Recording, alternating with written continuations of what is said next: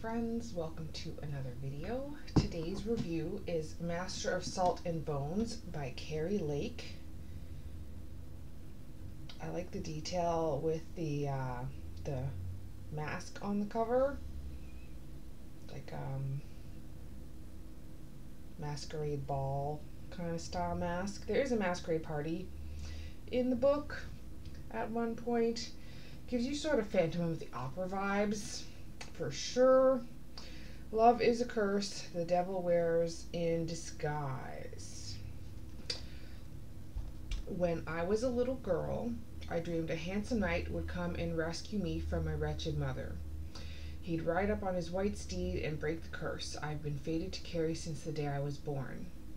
Funny how things changed over time, how the fairy tale twisted into something far more crooked and darker than I ever imagined. In reality, my knight is scarred and broken, living alone in a castle of bones that overlooks the sea. He isn't searching for me. He never was. Lucien Blackthorn is as cursed as I am and equally shunned by the locals, the fishers of men who believe him to be the devil in the flesh.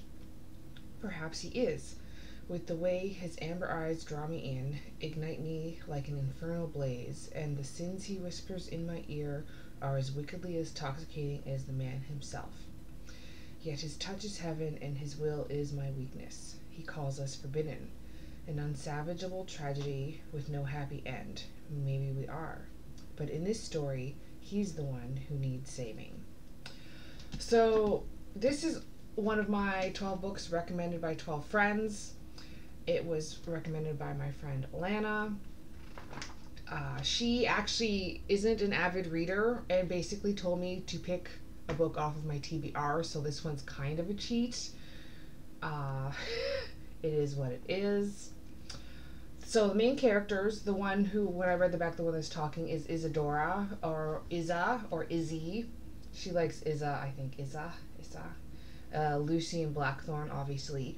His personal assistant, Rand, and his bodyguard Makeo, who is Indonesian.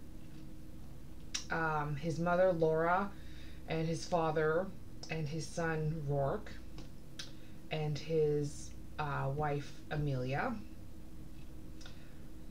Spoiler alert, but you learn this right at the beginning, so it's only minor spoiler. Amelia and Rourke are dead.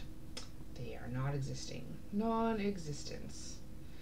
And Isadora's best friend Kelsey and her Aunt Midge and her mom also make appearances. I forgot to look for her mom's name in this. Jenny. Jenny is her mom's name. Lucien's mom, Laura. One of the maids, Julia. Nell is the nurse that looks after his mom, Laura. One of the maids, Solange. Lucien's childhood best friend, Jude. Mr. Goodman is a private investigator. Oh, I forgot the name of the guy who's the leader of I can't remember his name. There's a secret group called Schadenfreude, and the leader of that group, why can't I remember his name? It's not Dominique, it's a doctor.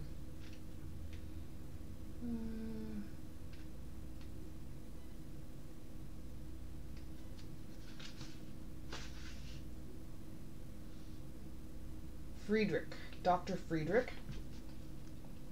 And Patrick Boyd is Lucien's father-in-law, so Amelia's dad, also the mayor of the town it takes place in.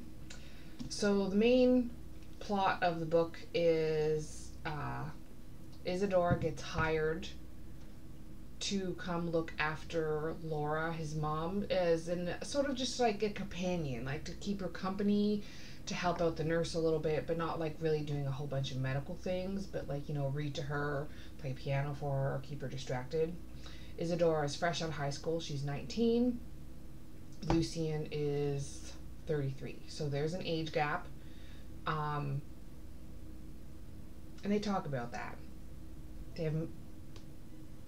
Anyway, It is a romance. It is spicy, so 18 years of age and up for sure. There are details, but there is a good story and a plot line behind it with everything else that's going on in the book with the secret society and things being forced on people.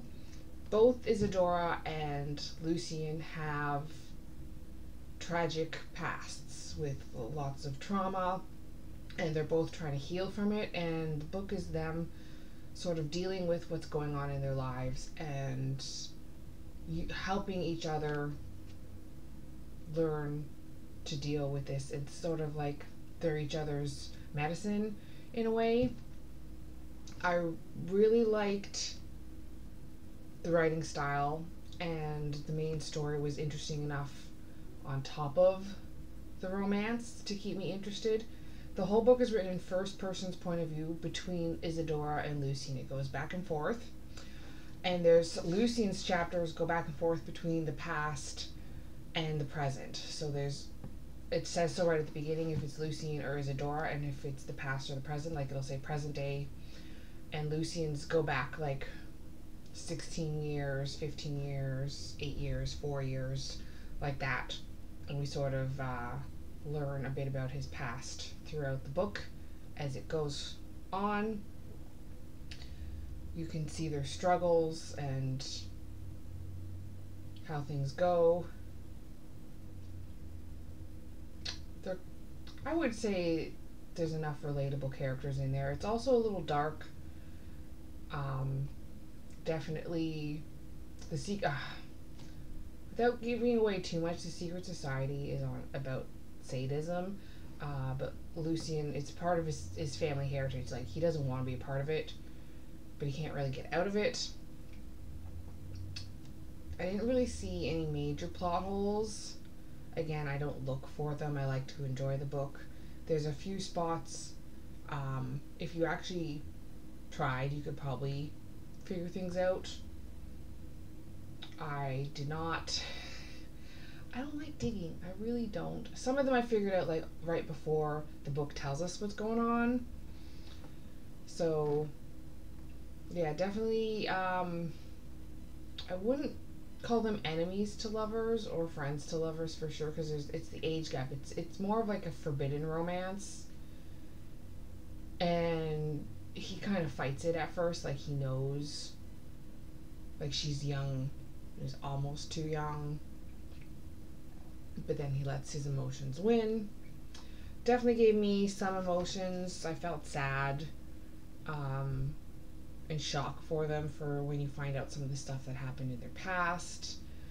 It's very tragic and messy. Like, no one should have to go through those things, but of course it's a book. But I know in real life there's people that have gone through those things, so it's kind of sad. But the way they turned out in the end, despite their pasts, is nice.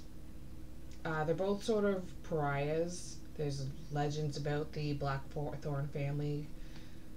Called the cliffs that he lives on are called the Bone Salt Cliffs. That's why the book, The Master of Salt and Bones, they call him the Bone Salt Devil.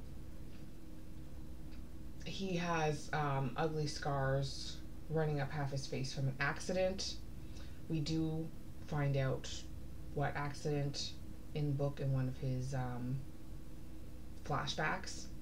So you do learn about all that eventually. I would give it 4 out of 5 stars for my rating. It definitely exceeded my expectations. The writing is great. The plot is engaging. The characters are complex and relatable. It was emotionally moving. I loved it, but there's parts I didn't like. But I mean, every good book has parts that are kind of ugly, that are part of the story that need to be there. And if you don't like, there's parts that you don't like but help the story overall, that just makes the book better. Like, I don't know if that makes any sense to you guys at all. Definitely a page turner for me. I read it fairly quickly.